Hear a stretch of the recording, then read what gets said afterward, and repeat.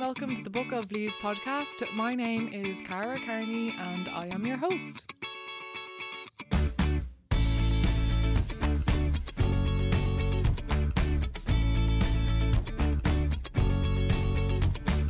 Thank you so much for joining me for episode 42 and the final episode of 2020 and this season of Book of Leaves. It is so lovely to have you here and I hope you will enjoy this episode. Even though there is no interviewee, I've gone for a different take to finish off the year and most importantly a hopeful take. Hopefully. So before we get into it, just want to say a quick apology for not releasing an episode last Monday like it was supposed to come out. It's been 3 weeks since the last episode, but I was too busy protesting with Animal Rebellion and Extinction Rebellion about the link animal farming has to zoonotic pandemics. So I'll link that in the show notes. Go check out what we were doing and how that went. And there will definitely be more about that in an upcoming episode because I'll probably interview someone who was involved. But for this episode, as I said, there's no interviewee. What I've done and what I want to do is talk about the ripple effect that we have as individuals. So it can be really, really difficult, right? When you're aware of the state of the world, when you care, it can be really hard to think that things will ever change.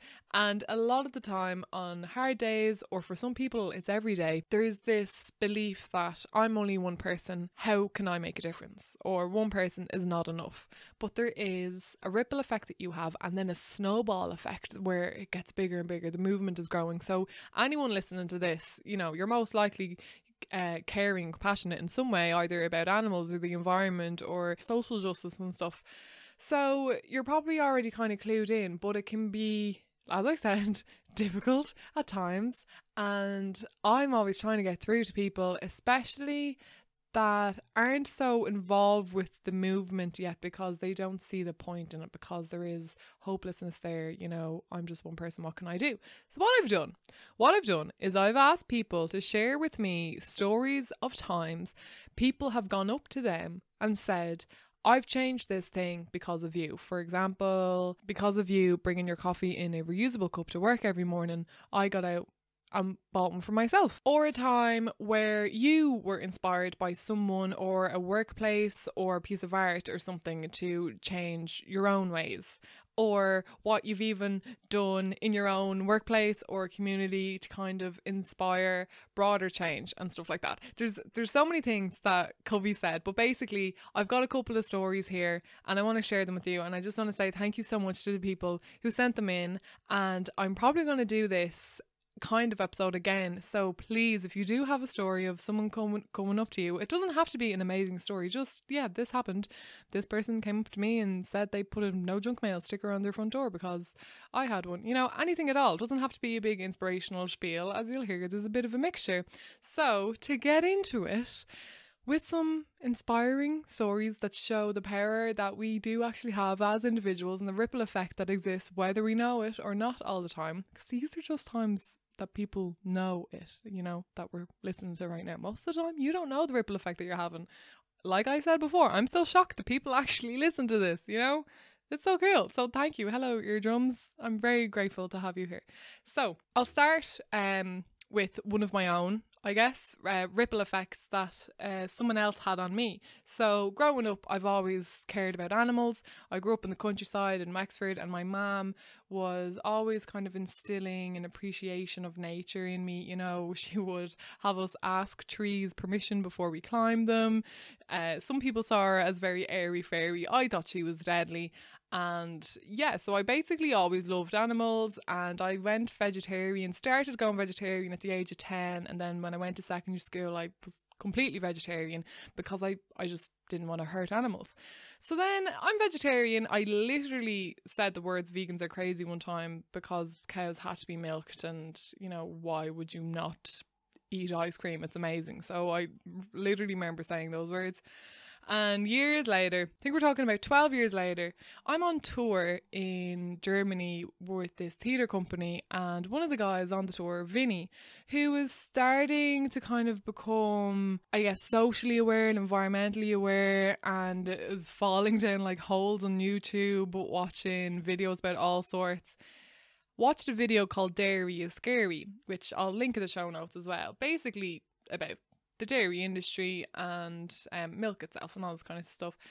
And he said he was really put off himself by, you know, the health kind of non-benefits of milk, despite what we've been told for years, and, you know, the pus levels that are allowed in milk in the US.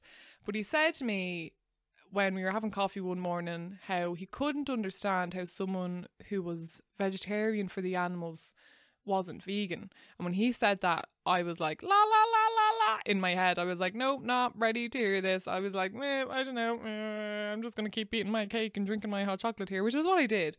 But he planted a seed, right? Him saying that planted a seed in my head. And then months later in July, so this would have been November, I think, and then the following July, I was having a hot chocolate and chocolate muffin with a friend that I hadn't seen in a while called Grania. And Grania accidentally, unwillingly, unknowingly poured a load of water on that seed that Vinny had planted in my head when she told me what she had seen when she went to visit her friend at a dairy farm recently. She saw a really sick calf, basically, that wasn't taken well to being taken away from his mother. And when she asked her friend, you know, if she could do anything, if she could take him home, he was like, no, it's a lost cause. You know, some of them just get really sick when they are taken away from their parents. So because of that, I was like, oh my God, that story cut in behind the blinkers. I couldn't ignore it. I had told myself so many things about the dairy industry and the egg industry, justifying it to myself and saying it doesn't harm animals. And that night I made the decision to try go vegan, and I was going to eat all the vegetarian food out of my house and then go vegan. And then that night I was dreaming about cows and everything, and the next day I was like, no, can't do it. So then I went vegan, and then from there I watched Cowspiracy and realised the impact on the environment and how screwed the environment is. And then from there I got really into activism and avoiding then fast fashion and just getting more into a circular economy, and then eventually setting up a podcast. And now I'm just after being accepted onto the Climate Ambassador program, and yeah, there's kind of been a snowball effect all from that one little thing that Vinny said. And also I then gave Vinny a book because I read this amazing book called Eating Animals by Jonathan Safran Foer, and it's such a good book.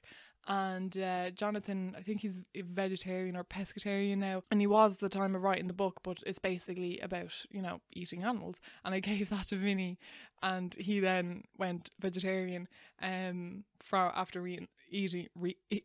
reading that book. So he, you know, there was a ripple effect from him, and he is, you know, very passionate about the environment now as well. He his garden is turning into like growing his own food and loads of bee friendly plants, and he avoids pesticides and all that kind of stuff. So it's just, yeah, that's a really long-winded one of my own. Of course I start with like the longest one, but yeah, so that's kind of how I ended up here. All started from going vegan first, and then yeah, just finding out more about the environment. So I guess, you know, that was the ripple effect that Vinny had. And then Grania, when I saw her next time, I was like, you know, I'm vegan because of you. She was like, oh no, what? Why?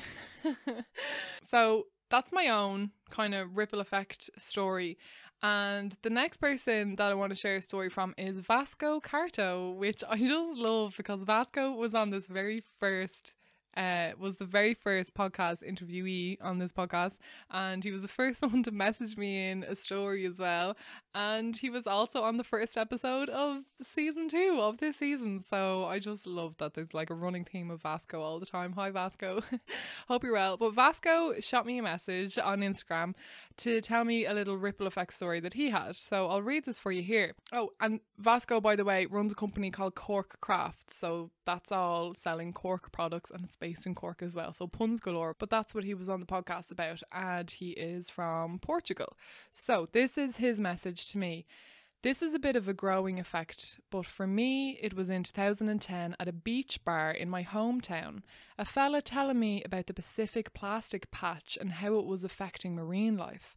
Further down the road, I started following a Facebook page called Lego Lost at Sea, and that led to other pages about finding plastic on the beaches. I ended up over the years following a few of those pages, even from Portugal.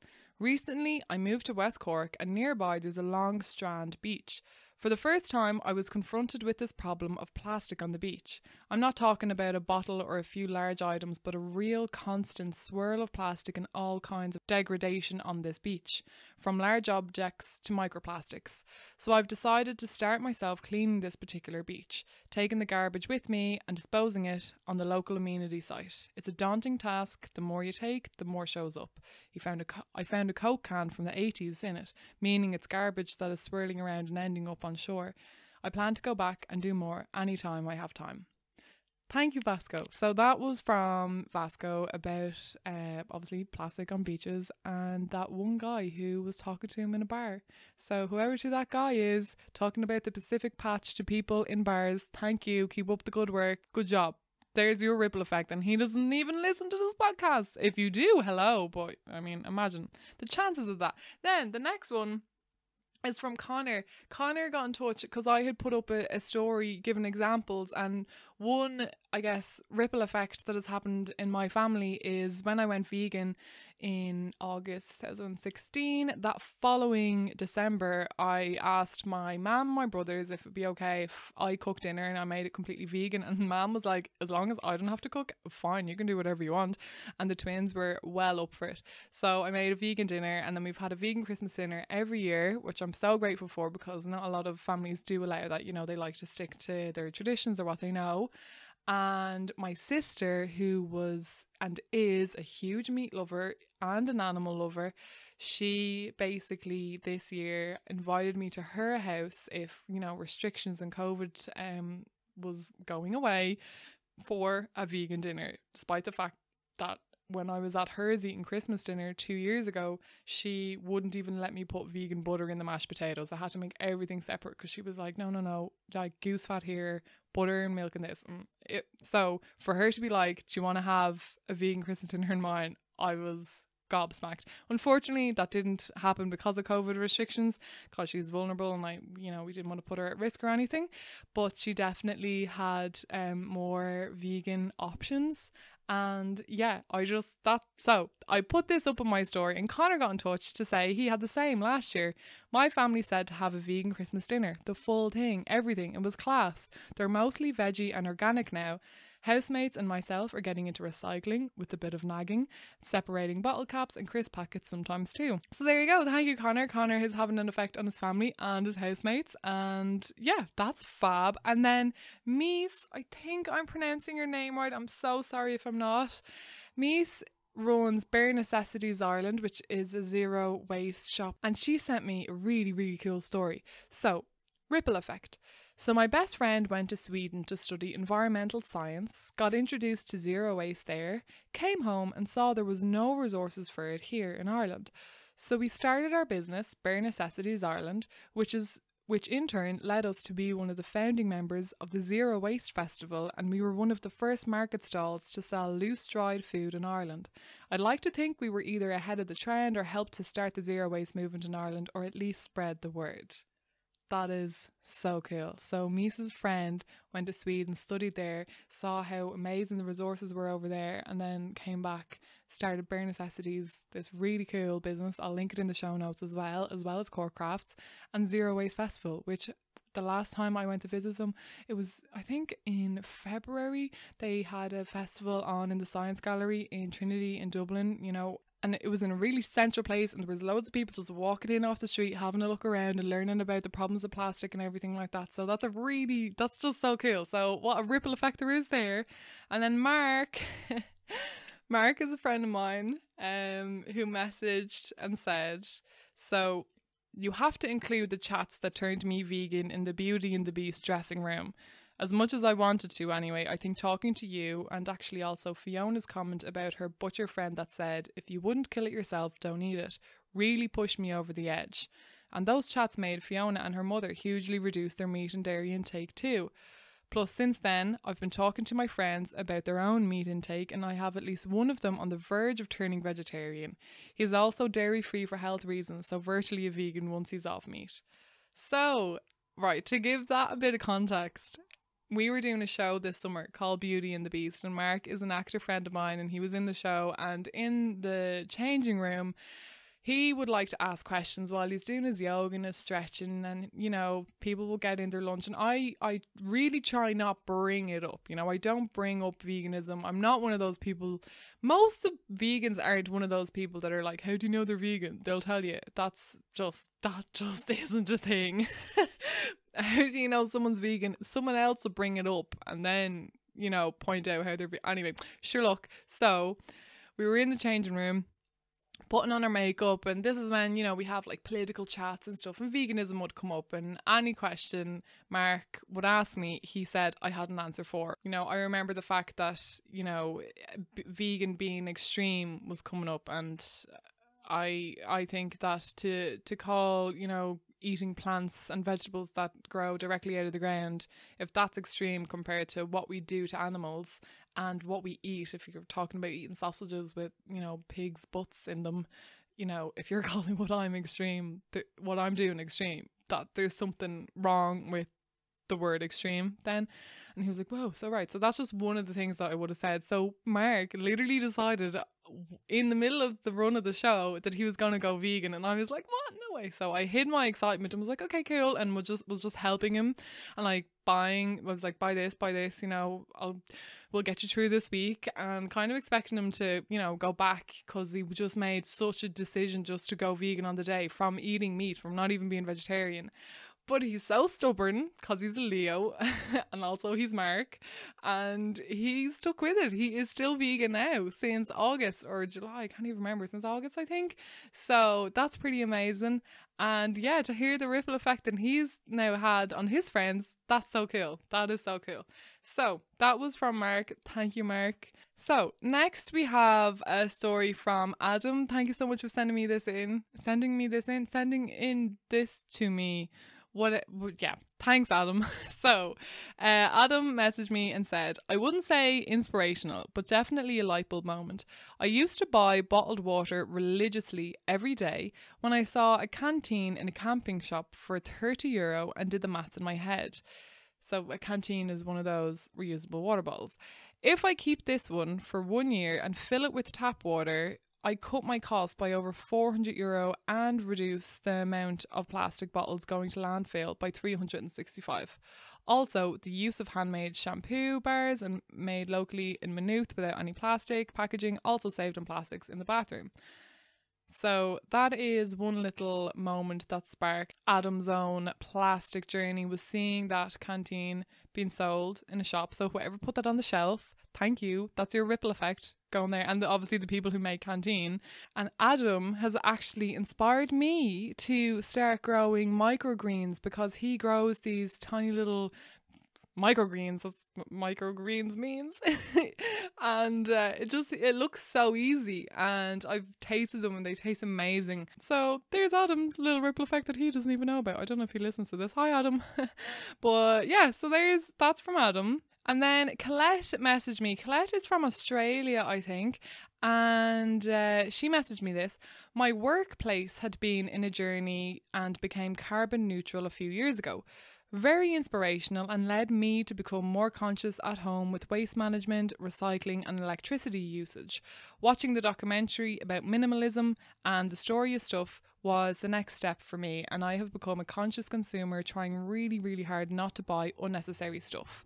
So that was from Colette. She then sent on the place that she works. She works for a not-for-profit organisation in community services, and they basically are completely carbon neutral. I'll link them as well in the show notes.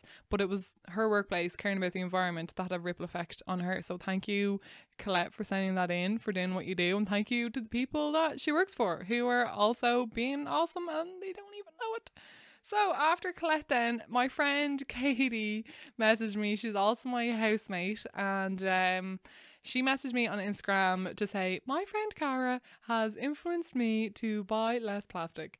So thanks, Katie. Also, Shane, who I also live with, he told me that he didn't wrap his presents for Katie this year. He got her like loads of little bits and didn't wrap them, just put them all in one box because of me. And so that was really cool to hear. So thank you, Katie, for reducing your plastics. And I'm sorry in advance for the more nagging that I will probably be doing in future.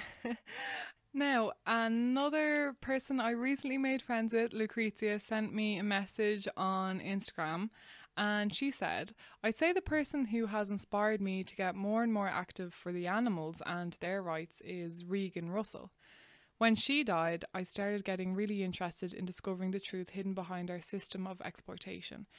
For a bit of context here, Regan Russell is an animal rights activist that was, I think she's Canadian, and at a protest outside a pig slaughterhouse, they were trying to delay the trucks, stopping trucks to bear witness to them, to record footage and give them some water before letting them go in, and she was knocked down by one of the truck drivers who refused to stop, who's since been prosecuted and charged with dangerous driving and possibly another charge. I can't think of it off the top of my head, but unfortunately Regan died that day, and that was for the animal rights and the vegan movement anyway. There's been a lot of talk obviously about that. So that's who Lucrezia is talking about here, just for a bit of context. So I started getting really interested in discovering the truth hidden behind our system of exploitation. I started watching a lot of footage of what happens in farms and slaughterhouses from that moment. Ed Winters has been my mentor. On the other side, I can say that I inspired a friend who went vegetarian and other few friends who are about to or want to try a vegetarian diet in 2021. Since I'm in Dublin, my roommate and I have started buying vegan alternatives and products and inspire each other every day. That is so cool. Thank you so much, Lucrezia, for sending that in. Then from another old friend of mine, we have Gerda, who sent in, when I went to Melbourne, I saw everyone using keep cups. It had become the norm and you'd nearly be frowned upon. You actually would be frowned upon for not having your own at a coffee shop. I got one for myself and have been using it the last 2 years. At one point I counted I had 2 to 3 coffees a day at work, and before COVID it saved me using 40 to 65 disposable cups a month. I was working on site, so there were disposable cups everywhere. Thankfully they changed to biodegradable ones in work, but not soon enough. So that's from the society in Melbourne having that attitude to disposable cups, and then Gerda bringing that back home. That is so cool. So thanks, Gerda, for that. Thank you so much. And yeah, wouldn't it be so cool if disposable cups did get that reaction over here? When they brought in the plastic bag levy, it changed, you know. A lot of people were like, okay, we'll only buy reusable, and you kind of see the side effects. So this is where governments and legislation, you know what I'm trying to say, that when they bring in kind of practices and regulations and whatnot, then it has an effect on people and education as well, more importantly. So that's something to think about, and thank you so much, Gerda, for sending that in. And go you with your reusable cup. That's fab. Now we've got 4 more little stories to share. So one of them is from a lady called Sophie, who commented on a post on Facebook, and she had this to say: I'm not sure if this counts, but I drove to the ocean one day for a walk to clear my head, and as I was walking along the sand and rocks, the amount of rubbish was too hard to ignore. So I decided to thrash out my emotions while scanning the beach for rubbish, scaling huge rocks, digging in the sand just to find the end of a rope. I did a seriously deep clean of that beach. Anyway, after I'd started, the other beach walkers seemed to not be able to walk near me without picking up at least a few pieces along the way, and I got a few thanks and good job comments as I did it too. It definitely helped lift my mood and allowed me the headspace to work through my emotions as well. That is class. That's like a literal ripple effect where people coming near you were picking up rubbish because, I don't know, out of guilt or just they understood that it was needed to be done. So that is such a cool story. Thank you so much for sharing that, Sophie. Really appreciate it. And then Elaine as well gave me one. Elaine has a blog called Living Lightly in Ireland, which I've mentioned in this podcast a fair few times. Is such a good resource if you're in Ireland and you're looking for something to buy that's eco-friendly, or where to recycle certain things, or just anything at all. Elaine's blog is a really, really good resource. And everything, she's never sponsored. All of her reviews are genuine and sponsor free and whatnot. And I can only imagine the ripple effect that her blog has had. But she commented this: I have a few stories, but the two that stick out in mine were as follows. One day I bumped into a neighbour who I didn't even realise was following my blog. She proudly announced that she had ditched cling film after reading my simple suggestion to just put a bowl over leftovers instead. She said she couldn't believe she hadn't thought to do so before. I think having an impact close to home with someone I didn't realise was on a sustainable journey was what made it extra special. The other moment was when I discovered that the social enterprise Street Feast had published a guide to having a more sustainable street feast using an article that I had written. It was also nice to know that this article would probably have been read by thousands of people, including my own neighbours. That is so cool. Thank you so much for sharing that, Elaine, and thank you for your amazing blog. Jeez, keep up the great work. And again, I will link that in the show notes for people to check out. Then Cecilia commented on a post I had posted into Zero Waste Ireland, which is a really, really good Facebook group. If you haven't joined it, join it. If you're on Facebook, it's really, really good. And Cecilia is one of the admins there. So she commented, there are so many stories on both sides of the question. I'm continually inspired by others here and in other groups that I interact with. One small challenge to my Zero Waste principles lately is coming from carers in my immediate family, but also people I've worked with who simply cannot deal with the waste end of things. I've had to dig deep into my compassion to put that into a continuum with a low impact lifestyle where zero waste and social justice collide. I get that can be hard, definitely when you're in a place that waste is needed for health reasons, you know, like in caring in hospital and whatnot. So that can definitely be tough. But then she went on to say, on me being an inspiration, massively decreasing packaging use in the market I go to most weeks just by showing up with my own containers all the time. So she inspired less packaging in the market she goes to. That's really cool. She made someone refuse freebies at an event they attended. In their words, I'll never look at a pen in the same way after hearing you talk.